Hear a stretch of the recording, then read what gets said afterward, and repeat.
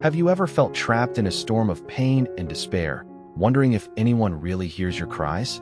It's easy to believe that when the body falters and the mind darkens, healing is out of reach. But what if everything we think we know about prayer and miracles is just scratching the surface? This isn't your usual feel-good message. Psalm 38 challenges the ordinary and shakes the foundations of doubt. It invites you to discover a powerful prayer that reaches beyond physical wounds, touching mental and spiritual depths alike. Stick around, because what you're about to hear could change the way you pray forever and open doors to healing you might have thought were closed for good. Imagine a man, once mighty in battle, admired by crowds, chosen by God, now lying in bed, barely able to move. That's David. Not the victorious king with a crown, but a man trembling under the weight of pain, isolation, and shame. His body burned with fever. His wounds refused to heal. And the most painful part?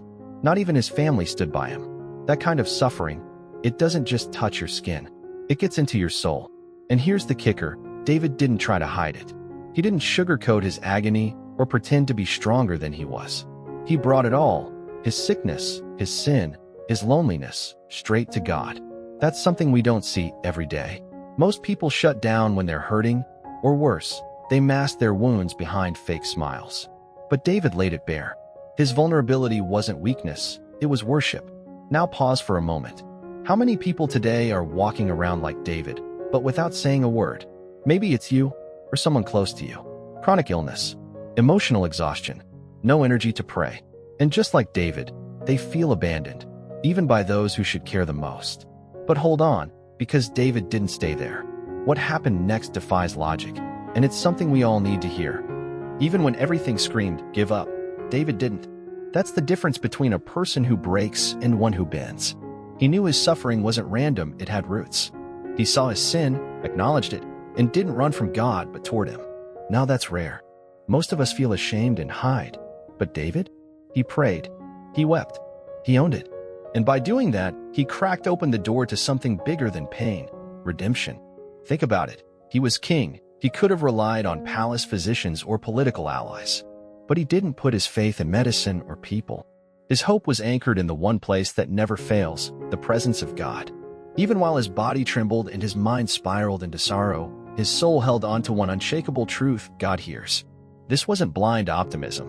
It was learned faith, forged in caves and battles, now alive in a sickbed. And maybe you've seen this too. That one grandma who prays in whispers while hooked up to machines. Or that neighbor who lost everything but still blesses people with a smile. That's what unshakable faith looks like.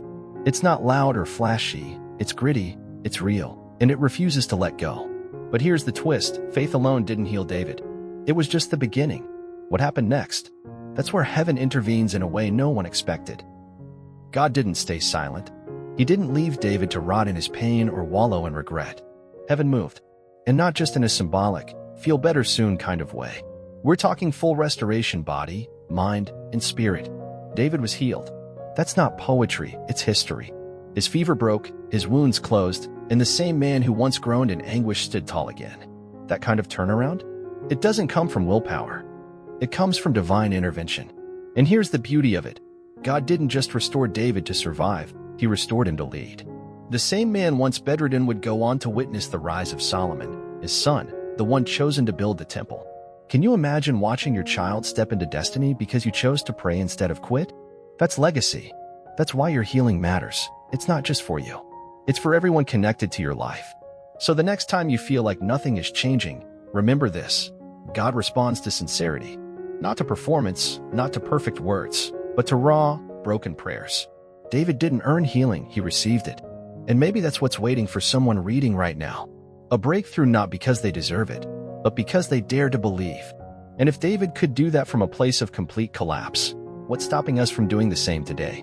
Now let's bring this ancient cry into the present moment. David's prayer wasn't locked in history. It's alive, still echoing for those who dare to speak it today. Psalm 3:8 isn't just literature. It's a lifeline. For anyone battling illness, whether it's your own or someone you love, repeating David's words isn't just comforting, it's powerful. You're not reciting poetry, you're entering the same spiritual space David once did, where heaven bends low to listen. Picture this, a mother beside her child in the hospital whispering Psalm 38 through tears, or a man alone in his apartment, clutching his Bible like a lifeline, letting David's words become his own. This isn't dramatization, it happens all the time. People who don't even feel religious find themselves drawn to this psalm because pain doesn't care about your background. But prayer? Prayer still works. And here's where it gets personal. What if you tried it tonight? No fancy script, just your voice, your pain, and Psalm 38. Make it your own. Read it slowly, honestly. Replace David's name with yours. You might not feel lightning crack the sky, but something inside you will start to shift. Because when the soul remembers it's not alone, that's when the real healing begins, and that's when something else starts to rise. When one voice cries out, heaven listens. But when many cry together, that's a storm of faith the darkness can't withstand. That's why this video doesn't just invite people to watch, it pulls them into a moment of powerful intercession. As the prayer unfolds, it covers everything from cancer to chronic pain, from ulcers to tumors, even spinal injuries that doctors say are irreversible. But where medicine stops, angels start moving. This isn't just well-wishing. It's warfare. Spiritual warfare led by someone who refuses to let pain win. And during this moment, the prayer isn't generic, it's surgical, precise, directed. Each condition named isn't for drama, it's an invitation for specific people to feel seen, called out, remembered by heaven. If you've ever felt overlooked in your suffering, this kind of prayer is like a spotlight on your soul. And let's be honest, sometimes people need someone to stand in the gap for them. When they're too tired to pray, too numb. That's where the power of intercession shines. Like a friend who shows up to fight when you can't lift your own hands. The voice praying here? It carries every person's burden as if it were its own. And that opens the floodgates for something even greater than healing. It makes room for miracles. There comes a point in every journey where logic hits a wall, and only faith can climb over. That's the moment this prayer leans into. It's not just asking for healing, it's crying out for the miraculous. The kind that confounds doctors. The kind that rewrites diagnoses. It's the bold, unfiltered belief that what's impossible for man isn't even difficult for God. And let's be real, that's a faith most of us want, deep down. Miracles aren't reserved for saints or sages. They're for anyone desperate enough to ask. And this prayer? It dares to ask. Not timidly, not with a disclaimer, but with the authority of someone who knows the Bible is filled with stories of blind eyes opened, lepers cleansed, and the dead raised, not because people were worthy, but because they believed.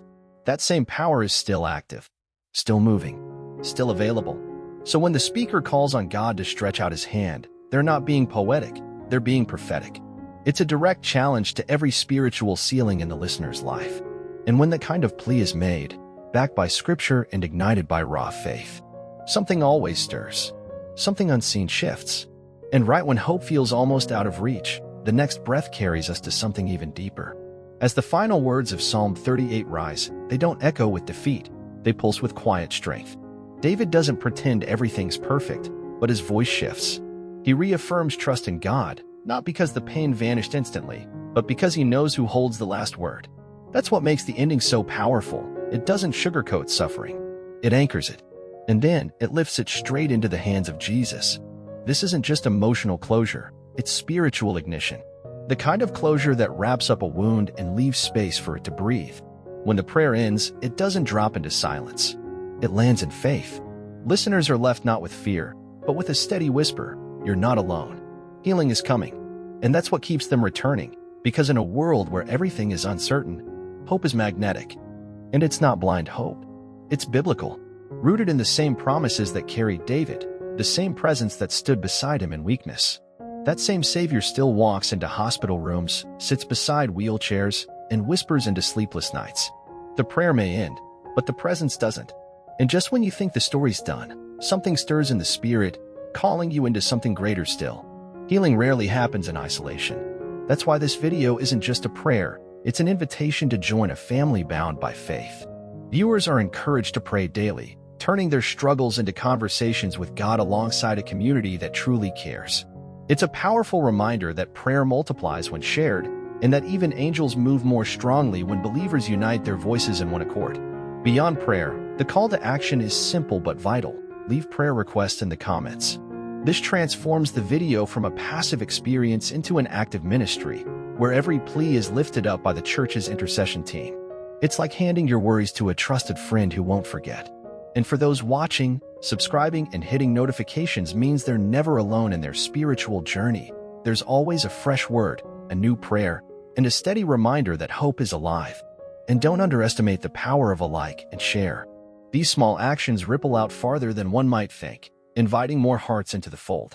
So, whether you're battling illness or standing with someone who is, this community call isn't just about numbers. It's about creating a network of faith strong enough to carry anyone through their darkest days. And as that network grows, so does the reach of healing, peace, and divine comfort. Now that you've walked through the depths of Psalm 38 and learned how to bring its healing power into your own life, it's time to ask yourself, what part of your pain are you ready to hand over in prayer? Which wounds, physical, mental, or spiritual, are begging for the touch of divine restoration? Remember, healing isn't just a distant hope. It's a living promise waiting for your faith to unlock it. So, will you make prayer your daily habit and lean into the community that stands ready to support you? Don't forget to subscribe and activate notifications to keep growing in faith and uncover even more powerful prayers and insights. How will your story change when you embrace this journey?